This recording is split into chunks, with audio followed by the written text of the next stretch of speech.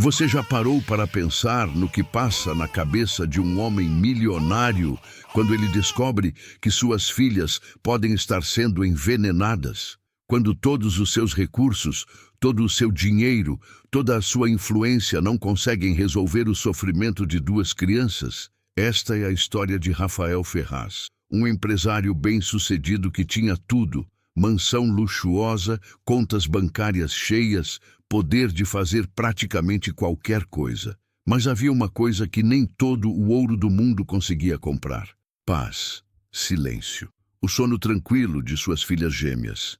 Éramos segunda-feira, 14h, e você vai descobrir por que esse horário específico muda completamente a vida de 3 pessoas.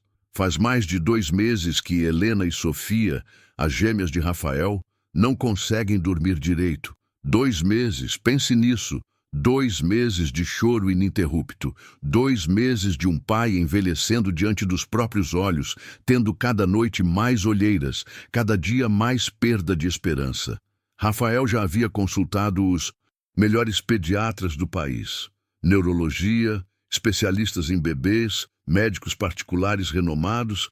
Todos diziam a mesma coisa: as meninas estão saudáveis, mas não param de chorar. E isso não faz sentido. Como é possível uma criança sofrer sem motivo aparente? Como um homem que consegue tudo com um clique de dedos continua vendo suas filhas se despedaçarem de desespero? Mas Rafael não estava sozinho naquela mansão. Havia uma mulher que também ouvia aquele choro, uma mulher que também sentia aquele peso no peito a cada grito das crianças. Renata Silva, uma faxineira de 25 anos que trabalhava na casa há apenas 3 semanas. Ela não tinha dinheiro como Rafael, não tinha títulos, não tinha influência, não tinha nada daquilo que o mundo diz ser importante. Mas havia algo nela que nenhum diploma universitário, nenhuma receita médica, nenhuma autoridade profissional conseguia replicar. Renata havia perdido um bebê há 1 ano. Um menino, com apenas 4 meses de gestação. E você vai entender por que isso importa tanto nessa história. Aquele choro das gêmeas ecoava pela mansão todos os dias. E a cada eco, Renata se lembrava de um filho que nunca conheceu, de uma maternidade que lhe foi tirada, de uma dor que ninguém consegue colocar em palavras.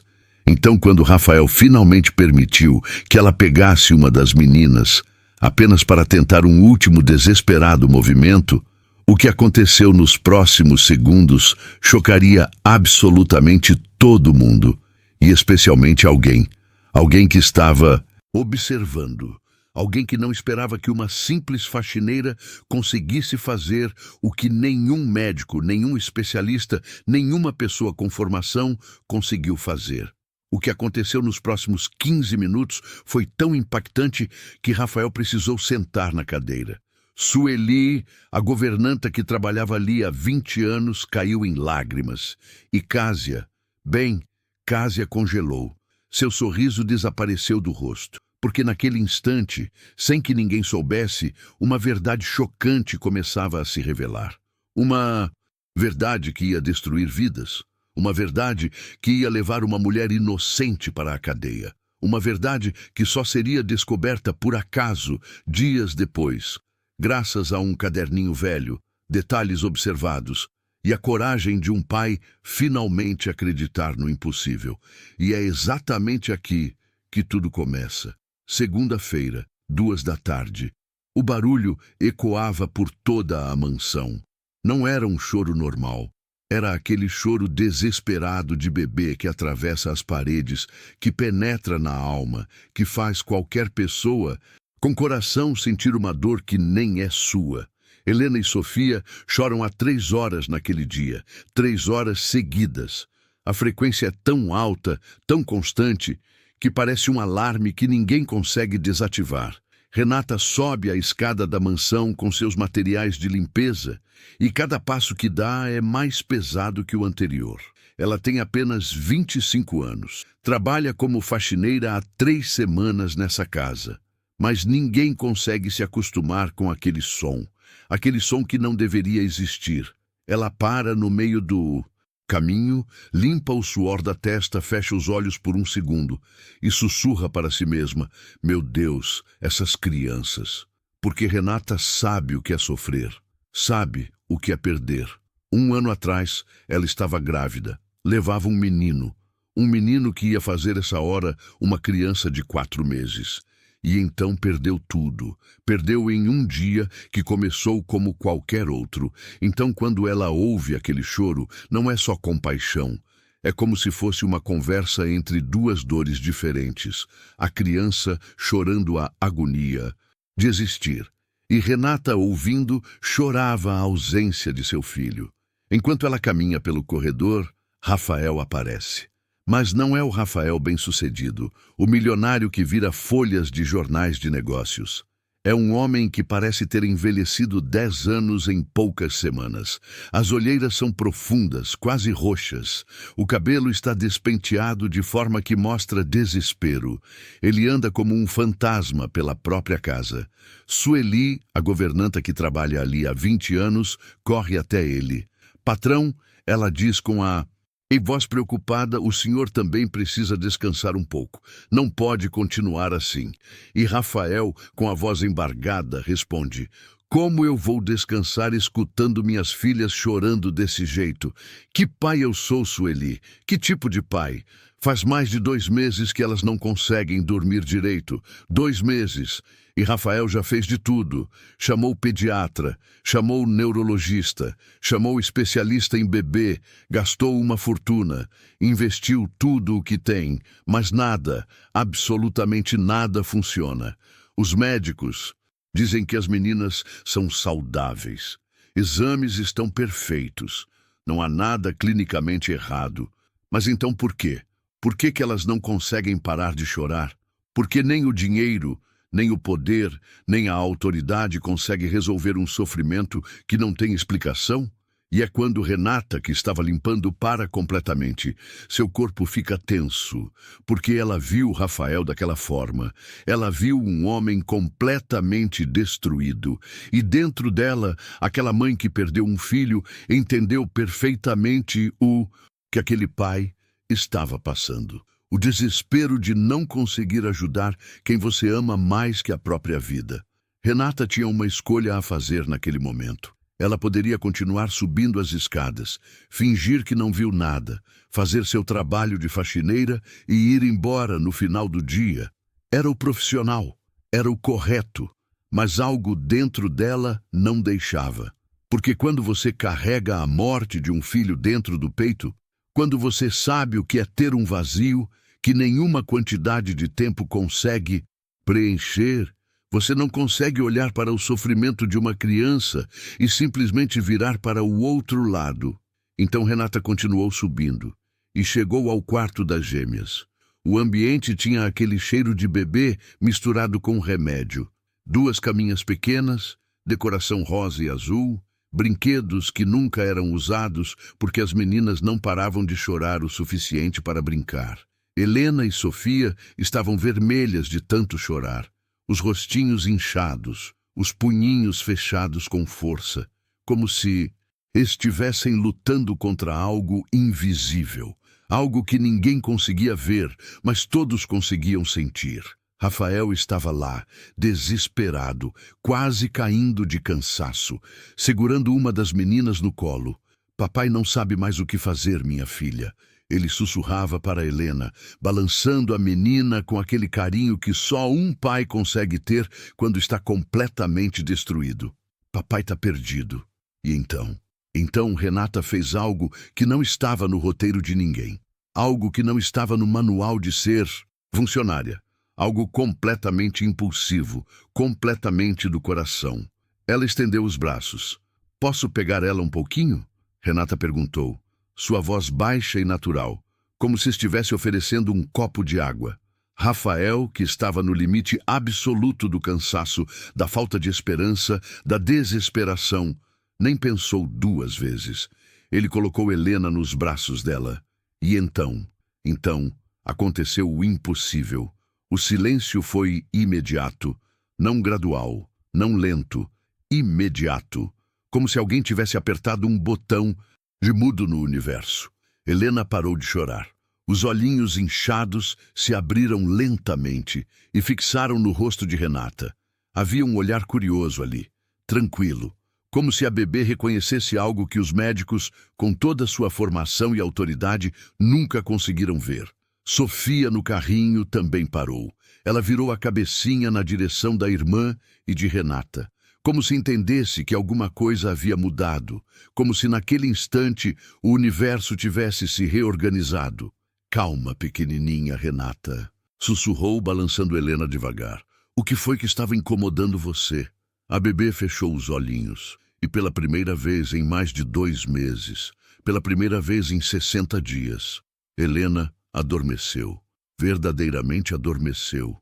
Não era um sono agitado, era um sono profundo, pacífico, o respirar tranquilo de uma criança que finalmente sentia segurança. Não acredito, Rafael sussurrou, com a voz tremendo. Pega Sofia também, Renata. A menina se acalmou imediatamente quando Rafael a aproximou de Renata, e então os 3 ficaram ali. Rafael ao lado, Sueli na porta com lágrimas nos olhos, e Renata segurando as 2 meninas, vendo-as dormir tranquilas pela primeira vez em meses. O silêncio não era vazio, era pleno, era sagrado. Era a primeira vez em muito tempo que aquela mansão respirava em paz. E ninguém sabia, ninguém imaginava, que aquele momento de alívio, aquele milagre simples, aquela conexão entre uma mulher que havia perdido um filho e 2 crianças que não conseguiam encontrar paz, que tudo aquilo ia trazer algo muito mais escuro, muito mais perigoso, algo que estava observando de longe. Os passos ecoam pela escada. Não são passos leves, são passos que anunciam autoridade, passos que fazem o ar ficar mais denso, mais pesado. Todos na casa reconhecem aquele som. Rafael levanta os olhos instantaneamente. Sueli congela. E Renata sente algo no peito que não consegue explicar. Um arrepio, uma mudança imperceptível no ambiente. É como quando você está em um lugar tranquilo e, de repente, sente que está sendo observado. Doutora Cásia Drummond aparece na porta do quarto. Aos 38 anos, ela é exatamente o tipo de pessoa que impõe respeito só de entrar em um lugar. Jaleco branco impecável, sem uma manchinha sequer. Cabelo preso em um coque perfeito, postura ereta de quem nunca perdeu o controle. Os olhos dela varrem o quarto em uma fração de segundo.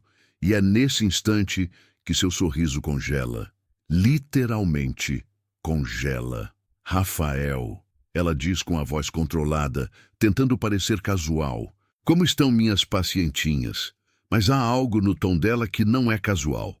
Há algo que faz Rafael perceber, mesmo através do cansaço, que algo mudou no ar. Cásia é médica respeitada há 15 anos. Trabalha com essa família há 3 anos. Ela cuidou das gêmeas desde quando nasceram prematuramente em uma situação delicada. Para Rafael, ela é confiável, é profissional, é autoridade. Então, quando ela vê as gêmeas dormindo tranquilas nos braços de Renata, quando vê Rafael sorrindo pela primeira vez em meses, quando vê Sueli com lágrimas de alívio nos olhos, algo dentro de Cásia se quebra. Não de forma óbvia. Não é raiva, não é ódio direto. É algo mais frio, mais calculado. É como se ela tivesse investido 3 anos em um plano muito específico. E uma faxineira de 3 semanas tivesse destruído tudo em menos de 5 minutos. Rafael... Ela fala de repente, cortando o silêncio que havia se formado. Podemos conversar um minutinho ali no corredor? Mas, Cásia, olha só como elas estão agora. Rafael tenta protestar. Renata segue balançando as meninas suavemente, percebendo a tensão que toma conta do ambiente. No corredor, fora da vista, fora da compreensão de Renata, Cásia começa a semear dúvida. Você tem noção do que acabou de acontecer? Ela pergunta. E há algo na sua voz que soa como preocupação genuína, mas não é. O quê? Rafael pergunta, ainda eufórico com o milagre que presenciou. Ela fez minhas filhas dormirem, pela primeira vez em 3 meses. E você sabe qual é a formação dessa mulher? Kásia continua, sua voz agora mais baixa, mais séria. Você sabe se ela não tem alguma doença? Você sabe se ela não fez alguma coisa perigosa? Rafael franze a testa. Não tinha pensado nisso. Essas perguntas, essas pequenas sugestões, elas explodem na mente cansada de Rafael como sementes que encontraram solo fértil. Kásia continua, sua voz agora com tons de autoridade profissional. Bebês de 3 meses são muito frágeis. Qualquer coisa errada pode causar problema grave. Qualquer contato inadequado. Qualquer transferência de germes. Qualquer coisa. E as palavras dela não são mentira, tecnicamente, mas são manipulação pura. São dúvidas plantadas deliberadamente na mente de um homem que está tão cansado, tão desesperado, que qualquer pessoa com autoridade pode convencê-lo de praticamente qualquer coisa, especialmente alguém em quem ele confiou por 3 anos. Dentro do quarto, Renata segue embalando as meninas, mas sente algo que não consegue explicar. Uma frieza, uma mudança, como se o ar tivesse ficado mais pesado novamente, e é quando ela vê, pela primeira vez naquele dia, algo que vai germinar uma suspeita, uma dúvida que vai crescer, e que eventualmente vai revelar uma verdade que ninguém estava preparado para enfrentar. Rafael volta para o quarto com a expressão fechada. Não é a mesma expressão de antes. Não é mais aquele homem que havia sorriu pela primeira vez em meses. Agora há algo nos seus olhos. Dúvida, medo, incerteza. Ele olha para Renata com as gêmeas nos braços. Helena dormindo profundamente. Sofia descansando contra o peito de Renata, como se tivesse finalmente encontrado paz. E Rafael, que deveria estar sentindo gratidão naquele momento, sente algo diferente. Sente medo. Renata, ele diz, sua voz agora formal, profissional. Obrigado pela ajuda, mas a doutora Kásia tem razão. É melhor você não mexer mais com as meninas. O silêncio que segue é ensurdecedor. Renata olha para Rafael e pelos seus olhos ele vê tudo. Incompreensão, dor, injustiça, mas ela não discute, ela não protesta, porque o que ela vai dizer? Que um homem milionário deve confiar mais em uma faxineira do que em uma médica respeitada? Renata coloca Helena delicadamente na caminha. A bebê continua dormindo e Renata sente o coração se despedaçar com cada milímetro que a separa daquela criança. Eu entendo, senhor Rafael, ela diz, mas seus olhos dizem tudo. Ela entende e sabe que não há nada que possa fazer. Kásia entra no quarto com aquele sorriso que não chega aos olhos. Vou aplicar a medicação das meninas agora. Ela anuncia, tirando 2 seringas de sua bolsa médica. Elas estão dormindo, doutora. Sueli comenta, esperando proteção profissional. Por isso mesmo, é o melhor momento para aplicar o remédio. Vão dormir ainda mais fundo, Kásia responde, sua voz carregada de certeza profissional. E é aqui que Renata vê algo. Um detalhe pequeno, minúsculo, que um observador casual deixaria passar. Mas Renata não é observadora casual. Ela trabalha limpando casas há anos. Ela aprendeu a reparar, a notar, a ver o que está fora do lugar, as seringas que Kásia tira de sua bolsa. Elas não parecem as mesmas que ela viu antes. Há algo diferente, algo que não consegue identificar exatamente. Mas há. Renata observa tudo enquanto finge limpar. Kásia aplica o conteúdo transparente nas mamadeiras. Um líquido que teoricamente é calmante. Um remédio prescrito, legítimo, autorizado. Renata sai do quarto com o coração acelerado. No corredor, ela escuta o som de Kásia saindo, seus passos decididos descendo a escada. E é quando Renata faz algo que vai mudar tudo. Ela desce rapidamente e vai direto para o banheiro próximo ao quarto das gêmeas. Abre a lixeira e vê um frasco de calmante infantil, completamente vazio. Se Kásia deu o calmante para as meninas, pensa Renata, por que o frasco está no lixo vazio? Por que ela jogou fora um remédio que supostamente usou? A semente da suspeita nasce, pequena no começo, mas começando a crescer. Renata vai até a cozinha onde Sueli está. Dona Sueli, ela sussurra, pode conversar comigo um minuto? Sueli vira, reconhecendo algo nos olhos de Renata. Aquele olhar que diz que algo está errado. Claro, moça. O que foi? Quando a doutora chegar amanhã, a senhora pode observar bem o que ela faz, sem ela perceber? Renata pergunta. Sueli franze a testa, mas depois entende. Em 20 anos trabalhando aqui, ela aprendeu a confiar em seu instinto. E seu instinto está dizendo a mesma coisa que está dizendo ao instinto de... Renata, algo não está certo. Alguma coisa muito errada mesmo, terça-feira de manhã. Rafael chega cedo no escritório, tenta trabalhar, mas não consegue se concentrar. As palavras de Kásia ecoam em sua mente. Qualquer coisa errada. Germes, fragilidade, mas algo não encaixa. Ele volta para casa no meio do dia, e o que encontra o deixa ainda mais confuso. As gêmeas choram, novamente, mas pior, muito pior que antes. É um choro desesperado, diferente, como se estivessem em verdadeiro sofrimento. Sueli aparece na cozinha com aquele caderninho antigo que carrega há 20 anos. Um caderninho que contém observações de tudo que acontece naquela casa. Moça, ela sussurra para Renata quando Rafael sai. Preciso te mostrar uma coisa. Sueli abre as páginas. Aqui, segunda-feira. Doutora chegou 7 da manhã. Deu remédio 7h30. Meninas começaram a gritar feito loucas 8h30. Depois ela continua. Terça-feira. Doutora chegou 7 da manhã. Deu remédio 7h15. Meninas começaram a surtar 8h15. Renata sente o coração bater acelerado. Sempre. 1 hora depois do remédio. Sempre, sempre. A mesma sequência. Impecável. Cristalina. Como um relógio. Se o remédio é para acalmar, pergunta Renata, por que as meninas ficam piores depois? Sueli não tem resposta. Porque não há resposta lógica. Não há explicação racional. A menos que o remédio não seja o que deveria ser. A menos que alguém esteja mentindo. Rafael estava ouvindo do corredor. E mesmo que suas emoções estivessem em conflito, a lógica dele estava gritando.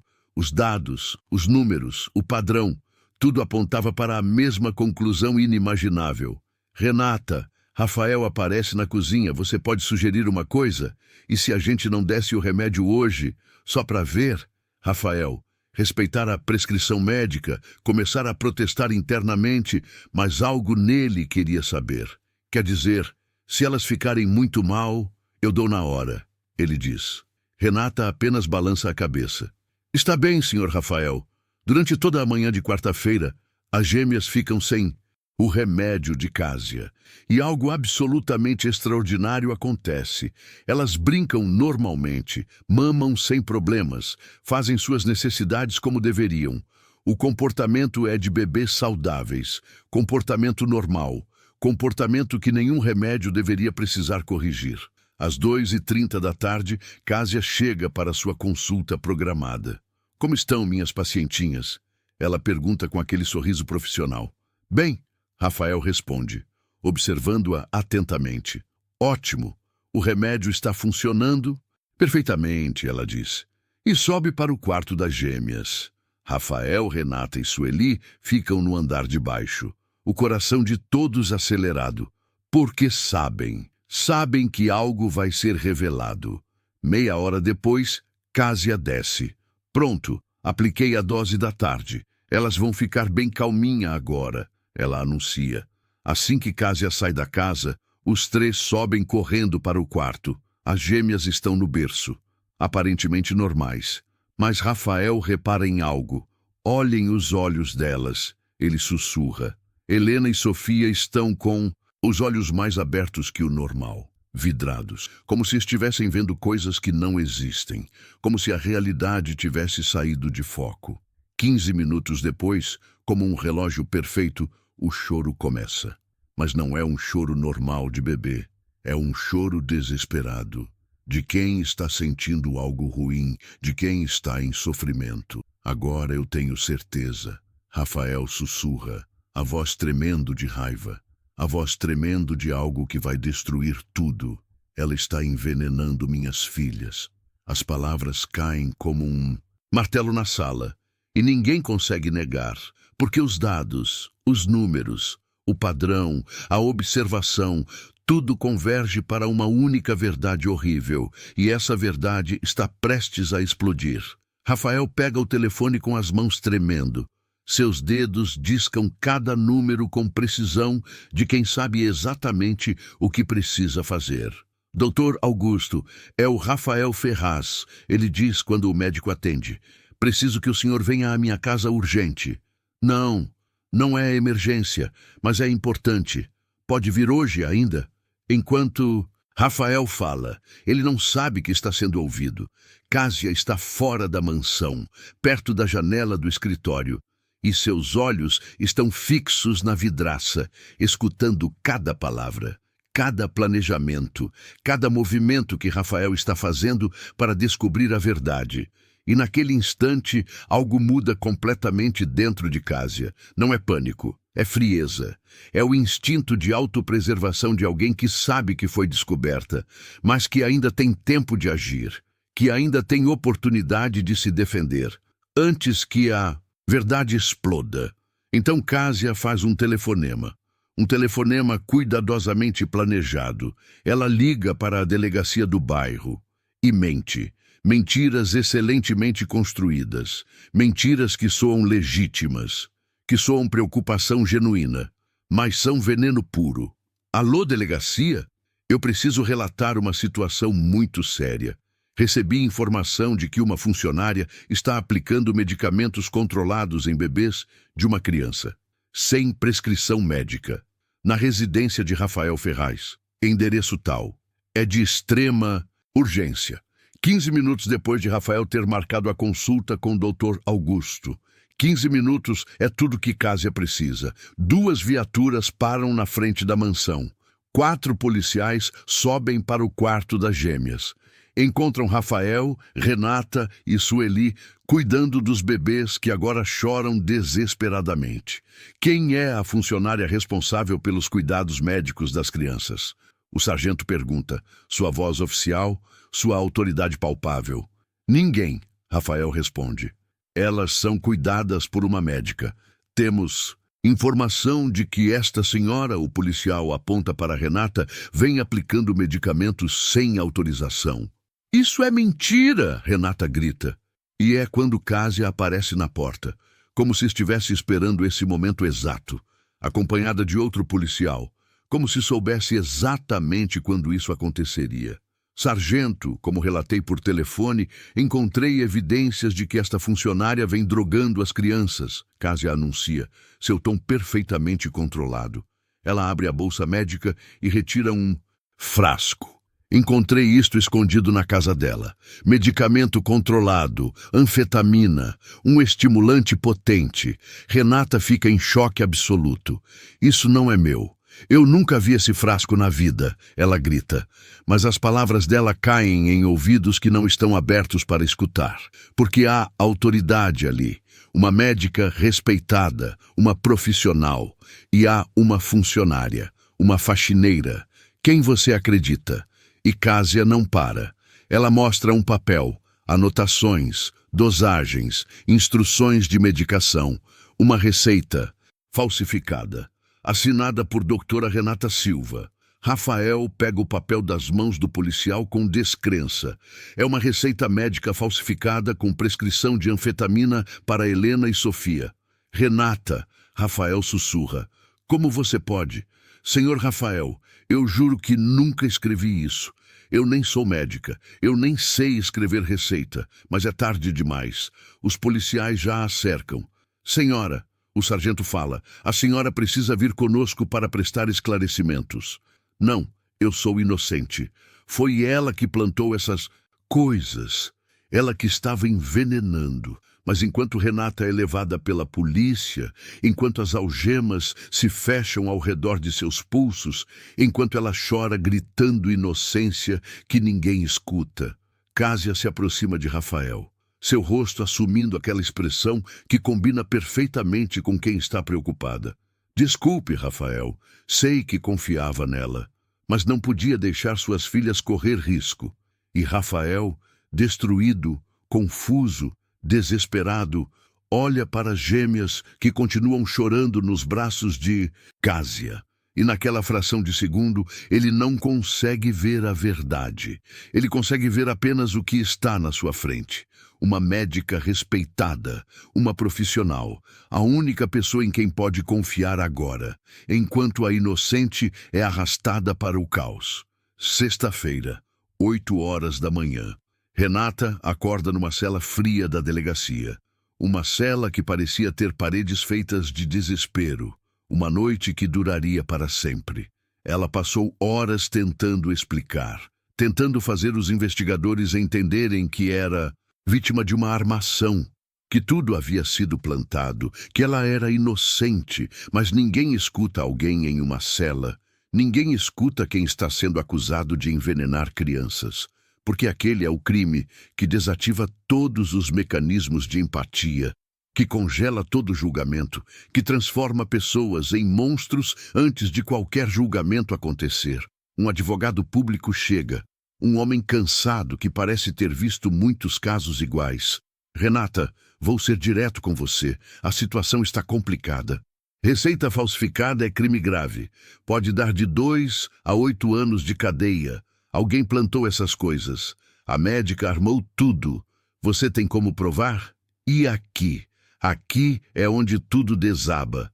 Porque como você prova alguma coisa de dentro de uma cela? Como você compila evidências quando está isolada do mundo?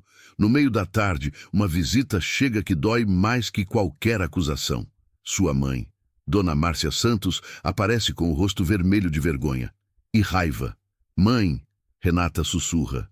Não me chama de mãe. Dona... Márcia explode. Como você pode fazer uma coisa dessas? Envenenar criança pequena? Mãe, eu não fiz nada. Foi a médica que armou para mim. Para de mentir. Saiu no jornal. Passou na televisão. Todo mundo na nossa rua sabe que você falsificou receita médica. E Renata sente o mundo desabar. Se a própria mãe não acredita nela, se a pessoa que te pariu, que te criou, que deveria acreditar em você cegamente, se até ela duvida, então quem vai acreditar? Mãe, por favor, me escuta só um minutinho. Não. Quero escutar nada. Você envergonhou nossa família. Seus irmãos não conseguem nem sair de casa. Para mim, você morreu. E a frase cai como uma sentença. Para mim, você morreu. Renata se joga no chão da cela e chora. Chora como nunca chorou na vida. Porque não é só a prisão, não é só a acusação, não é só a injustiça legal, é o abandono, é a rejeição de quem deveria te salvar. A noite cai novamente e traz notícia que destrói o que restava de esperança.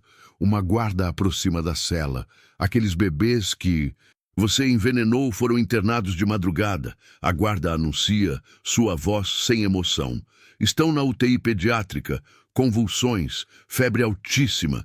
Os médicos acham que foi overdose dos remédios que você deu. O coração de Renata para, literalmente para. Não. Eu não dei remédio nenhum, deixa eu sair. Preciso falar com alguém. Elas vão morrer. Vocês não entendem. É a médica que está matando elas. Fica quieta aí. Você não vai a lugar nenhum. Elas vão morrer. Você não entendem. E ninguém entende. Para todos, ali, para a sociedade, para a mídia que já publicou sua foto, para o povo que já decidiu seu destino. Renata é apenas mais uma criminosa tentando escapar da responsabilidade. Renata não é inocente. Renata é assassina de bebês. Renata é o vilão da história. E enquanto ela está trancada numa cela soluçando, as crianças que ela ama mais que qualquer coisa nesse mundo estão morrendo.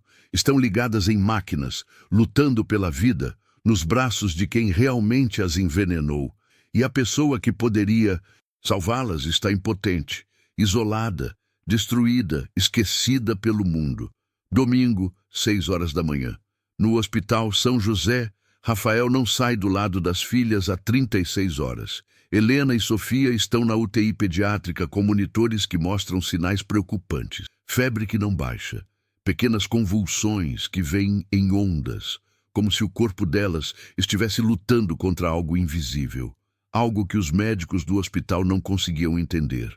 Dr. Martins, o pediatra responsável, entra no quarto com aquele olhar que médicos têm quando estão prestes a mudar tudo. Rafael, eu preciso conversar com o senhor, ele diz. O coração de Rafael acelera, mas não é do jeito que deveria, porque há esperança naquela voz. Há algo diferente. Chegaram os resultados dos exames toxicológicos, Dr. Martins anuncia. E Rafael prepara o coração para a pior notícia que um pai pode receber. Suas filhas têm anfetamina no sangue. Rafael fica paralisado. Anfetamina? Mas como? Anfetamina é um estimulante muito forte. Em bebês, pode causar exatamente os sintomas que suas filhas apresentaram: convulsões, febre, agitação extrema. E, Sr. Ferraz, pela quantidade que encontramos no sangue delas, a aplicação vem sendo feita regularmente há cerca de 2 meses. Rafael sente as pernas bambas. 2 meses. 2 meses foi exatamente quando Cásia começou a tratar elas. Quem é Cásia? Dr. Martins pergunta. A médica particular da família. Dr. Martins fica sério. Senhor Ferraz, preciso informá-lo que vamos comunicar isso às autoridades. Isso é envenenamento de menores. É crime grave. E é naquele instante que Cásia aparece no corredor, como se estivesse flutuando, como se nada pudesse tocá-la. Rafael, ela diz, como estão minhas pacientinhas hoje? Cásia. Ele fala com voz controlada, tentando parecer calmo. O doutor quer conversar com você. Comigo? Sobre o que, Dr. Martins? Que apresenta? Doutora, sou o Dr. Martins. Precisei esclarecer alguns pontos sobre o tratamento que a senhora vinha dando às crianças. Claro. Quais pontos? Ela responde, sua voz ainda confiante. Encontramos anfetamina no sangue delas, Dr. Martins diz, direto ao ponto. Cásia empalidece, mas tenta disfarçar. Anfetamina? Impossível. Eu só dava calmante natural. Senhora, tem a receita desse calmante? Tenho, claro. Ela mexe na bolsa, mas demora muito mais que o normal. Que estranho. Acho que esqueci no consultório. Doutora, a quantidade de anfetamina indica aplicação regular por 2 meses. A senhora consegue explicar isso? Deve ter sido a faxineira. Ela que estava drogando as crianças. Mas a faxineira está presa há 5 dias, Dr. Martins responde, frio como gelo. E o nível de anfetamina no sangue indica a aplicação recente, muito recente. Cásia fica sem resposta. Doutora, vou precisar que a senhora acompanhe nossa investigação. Investigação. Envenenamento de menores é crime grave. A polícia vai querer conversar com a senhora. É quando Cásia percebe que seu mundo está desabando, que as mentiras dela não funcionam mais, que a verdade científica é mais forte que qualquer autoridade profissional. Rafael, que escutou tudo em silêncio absoluto, finalmente fala. Cásia, me olha nos olhos e me diz a verdade. Você estava dando anfetamina para as minhas filhas? Cásia tenta sustentar o olhar, mas não consegue. Eu posso explicar. Então explica. Mas em vez de confessar racionalmente, em vez de aceitar o inevitável, Cásia tenta fugir. Preciso ir buscar os documentos no meu consultório. Volto já. A senhora não vai a lugar nenhum, doutor. Martins fala. Firme. A segurança do hospital já foi acionada, e é naquele instante que Cásia entende, finalmente entende, que não tem mais saída, que a verdade foi descoberta, que a justiça está prestes a acontecer, e em uma fração de segundo, enquanto a segurança a rodeia, enquanto os policiais sobem a escada do hospital, enquanto Rafael respira pela primeira vez em dias, sabendo que suas filhas foram vítimas de um crime, enquanto a verdade finalmente explode, Renata está na cela, escura, fria, sem saber que o mundo que a condenou está prestes a se reorganizar. Quarta-feira, 10 horas da manhã. Renata finalmente sai da cela. 5 dias que pareceram 5 anos. Ela carrega uma sacola plástica com os poucos pertences que tinha quando foi presa. Roupa, documento, esperança destruída. Quando vê Rafael no corredor da delegacia, ela para. Não sorri. Não demonstra alívio, apenas cansaço e uma mágoa tão profunda que parece um vazio que nenhuma quantidade de tempo consegue preencher. Renata, Rafael sussurra. Você tá livre. A Cásia confessou tudo. Sei. O delegado me contou. Ela que estava envenenando as meninas. Você estava certa desde o começo. Renata ri. Mas não tem graça nenhuma. É um riso sem som, sem vida. Eu estava certa. Mas o senhor acreditou nela durante meses. E em mim nenhum dia. A frase corta Rafael como uma lâmina. Porque é verdade. Porque ele escolheu acreditar em autoridade e profissionalismo, e não em um coração genuíno. Renata, eu sei que errei. Errou? Ela balança a cabeça. Senhor Rafael, o senhor destruiu minha vida. Minha própria mãe disse que eu morri para ela. Passou na TV que eu sou envenenadora de bebê. Eu vou consertar isso tudo. Como? Como que vai consertar 5 dias de inferno? Como vai fazer minha mãe voltar a me amar? Rafael não tem resposta, porque não há resposta, porque dinheiro não compra reputação, porque poder não desfaz trauma. Obrigada por me tirar da cadeia. Mas agora eu só quero ir para casa e tentar juntar os pedaços da minha vida. E as meninas, elas estão sentindo sua falta. Renata para na porta. Elas estão melhorando a cada dia, sem o veneno da Cássia. Elas estão ficando saudáveis. Que bom. Renata, volta para cuidar delas, por favor. Não posso. Por quê? Porque não confio mais no Senhor. E ela vai embora, deixando Rafael sozinho na calçada, entendendo que vai ser muito mais difícil reconquistar confiança do que imaginou. Mas Renata volta. Após uma semana insistindo, Rafael finalmente consegue, com condições rígidas. Eu volto, ela diz na porta de sua casa simples, mas não como faxineira. Cuido das meninas de dia e volto para minha casa à noite todos os dias. Tudo bem. Quero o dobro do que ganhava antes. Pode ser o triplo. E o senhor para de tentar conversar comigo sobre assunto pessoal. Somos patrão e empregada. Só isso. Nos primeiros dias, a relação entre eles é gelada. Renata chega pontualmente às 7. Cuida das gêmeas com todo o amor do mundo, mas trata Rafael como se ele fosse invisível. Bom dia. Bom dia. As meninas dormiram bem? Sim, mamaram às 5, obrigado, e só mais nada. As gêmeas, porém, florescem com Renata de volta. É como se a vida tivesse voltado ao normal para elas. Dormem melhor, comem melhor, sorriem mais. Mas Renata não está bem. Rafael percebe. Ela tem pesadelos. Às vezes grita dormindo no sofá da sala durante o período de descanso. Outras vezes fica paralisada quando escuta sirene de polícia. Renata, você tá bem? Tô ótima. Parece que não dormiu. Minhas noites não são problema do... Senhor, uma tarde um repórter aparece na porta. Pode falar com a Renata Silva? Renata fica branca como papel. Não vou falar com a imprensa. Ela sussurra para Rafael. Pode deixar comigo. Rafael sai e conversa com o jornalista. Quando volta, encontra Renata tremendo no banheiro. Eles foram embora. Mas e se descobrirem onde eu moro? E se aparecerem na casa da minha mãe de novo? Rafael vê que ela está tendo uma crise de ansiedade. Respira devagar. Ninguém vai te incomodar. Como o senhor pode garantir? Porque vou contratar segurança para você.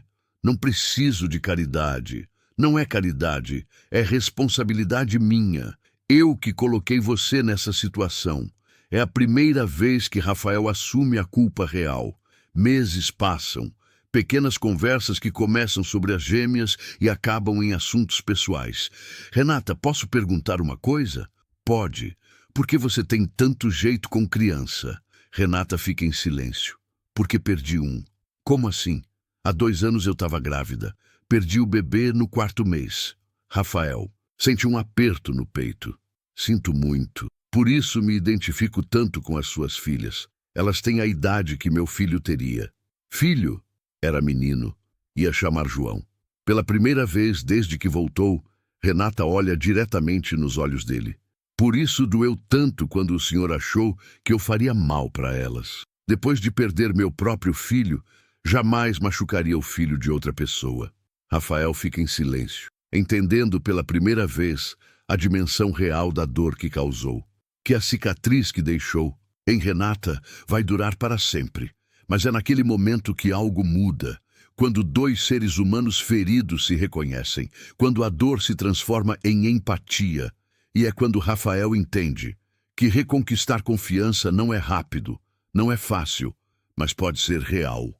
1 ano depois, no jardim da mesma mansão onde tudo começou, onde Renata limpava pisos, onde Rafael chorava desesperado, onde tudo desabou e foi reconstruído com sangue, suor e lágrimas. Aquele jardim agora é o palco de um casamento simples, emocionante, cheio de significado que vai muito além de anéis e votos. Rafael e Renata se casam em cerimônia que reúne os poucos que acreditaram. Dona Márcia está na primeira fileira, orgulhosa. Sua filha, que havia morrido, agora está viva, mais viva do que nunca. Sueli foi promovida a governanta-chefe e ganhou um aumento. A mulher que observou, que anotou, que confiou em seu instinto, agora colhe os frutos de sua lealdade. Helena e Sofia, com 1 ano e 4 meses, correm pelo jardim em seus primeiros passinhos inseguros. Não entendem casamento, não entendem cerimônia, mas entendem amor, porque amor é linguagem universal. E durante os votos, durante o momento mais solene, durante aquele instante onde Rafael deveria estar falando de promessas eternas, as gêmeas gritam: "Mamãe, mamãe", não para Rafael, não para o padrasto, mamãe, chamando Renata, chamando aquela que escolheu amá-las, aquela que perdeu um filho e aceitou o coração partido para cuidar de 2 crianças que não eram biologicamente suas. O padre sorri. "Acho que elas aprovam", ele comenta, e a multidão inteira ri. Porque há sabedoria naquela frase, porque crianças não mentem, porque amor não tem manual. E Renata, ouvindo suas filhas chamarem pelo nome que tanto desejou ser, ela chora. Mas não é choro de dor, é choro de redenção, é choro de alguém que perdeu tudo e recuperou mais do que imaginava. Depois da festa, quando os convidados vão embora, quando o sol desce no horizonte, a nova família se reúne no quarto das meninas. Rafael abraça Renata enquanto as gêmeas dormem tranquilas. Elas cresceram tanto, Renata sussurra, vendo Helena e Sofia no berço. "E vão crescer", Rafael responde, sabendo que foram amadas desde pequenininhas por uma mulher que escolheu ser mãe delas. "Escolheu?", Renata pergunta. "É porque mãe não é só quem dá à luz, é quem escolhe amar, é quem fica, é quem protege, é quem se despedaça quando precisa." Renata se aconchega no peito de Rafael. "Obrigada", ela sussurra. "Por quê?" "Por ter me dado a chance de ser mãe e de ser feliz. Obrigado você, por ter me ensinado o que é amor de verdade e longe dali, numa penitenciária feminina." Kásia assiste ao noticiário que mostra o casamento, a felicidade de Rafael, a redenção de Renata, as gêmeas saudáveis. Ela perdeu tudo o que queria: Rafael, a profissão, a liberdade, a identidade. Ela permanecerá naquela cela enquanto a mulher que ela tentou destruir celebra a vida. Porque justiça, porque o bem nem sempre é rápido, mas eventualmente prevalece. Na mansão, no jardim onde tudo começou, Helena e Sofia dormem sabendo que são amadas incondicionalmente.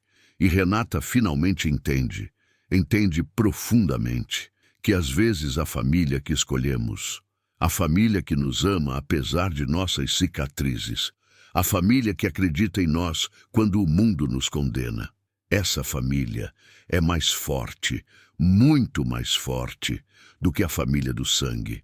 O amor venceu, e desta vez, para sempre. Mas espera, porque essa história tem desdobramentos que você não esperava. O que aconteceu com Sueli?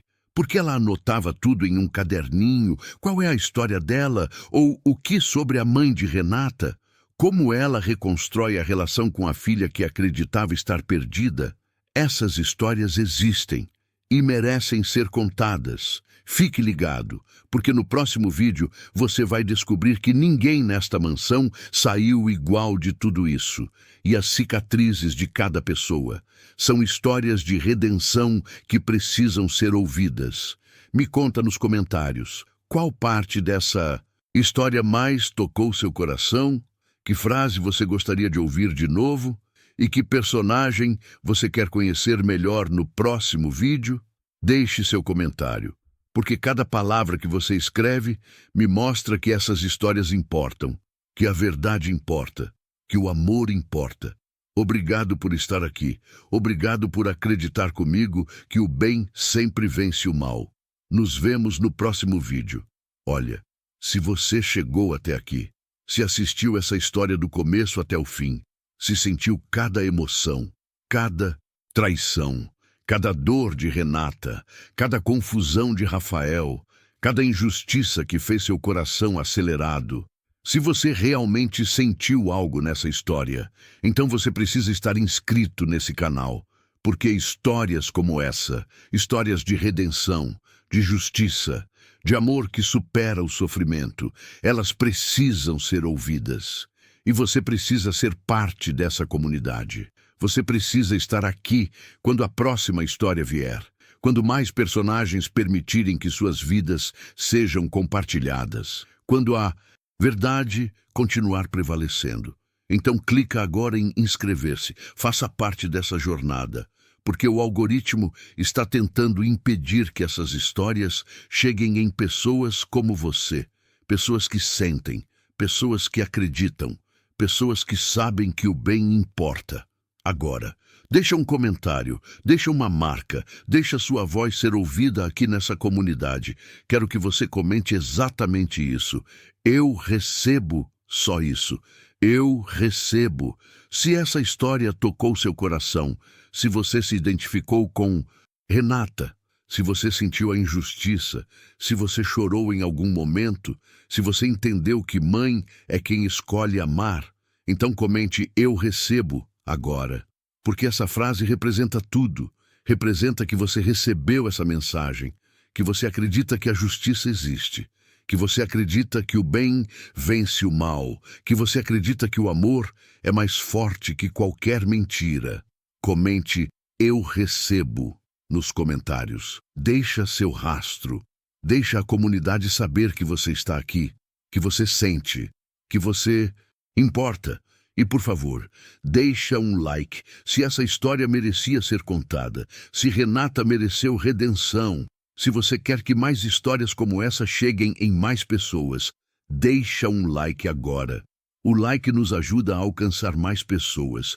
Pessoas que também precisam ouvir que a verdade é poderosa, que a justiça existe, que Deus não abandona quem tem coração puro. Mas espera, porque tem mais. Na tela agora está aparecendo o próximo vídeo. E esse vídeo é tão importante quanto esse, porque você vai descobrir a história de Sueli, a governanta que observou, que anotou, que confiou em seu instinto quando ninguém mais acreditava. A mulher que foi heroína silenciosa dessa história. Você vai entender por que ela anotava tudo em um caderninho. Você vai chorar quando souber qual é a razão real por trás de cada observação dela. E tem mais, porque você também vai conhecer como a mãe de Renata reconstrói a relação com a filha. Como "para mim você morreu" se transforma em um dos abraços mais poderosos que você vai presenciar. Clica no próximo vídeo agora. Ele está na tela. Ou, se preferir, o link está na descrição. Mas não espere, porque essa história continua. E você merece saber o que acontece com cada personagem que entrou em seu coração. Obrigado por estar aqui. Obrigado por sentir. Obrigado por acreditar que histórias importam. Porque elas importam. Histórias como a de Renata. Histórias de pessoas reais, de injustiças reais, de amor real. Elas mudam pessoas. Elas mudam o mundo. Você fez parte dessa mudança hoje, ao assistir, ao sentir, ao se importar. Inscreva-se. Comente "Eu recebo". Deixa um like, assista o próximo vídeo e leve essa mensagem adiante. Compartilha essa história com alguém que precisa saber que o bem vence o mal, que a verdade importa, que a justiça existe. Nos vemos no próximo vídeo. E até lá, lembre-se, Renata escolheu amar, e o amor dela mudou tudo.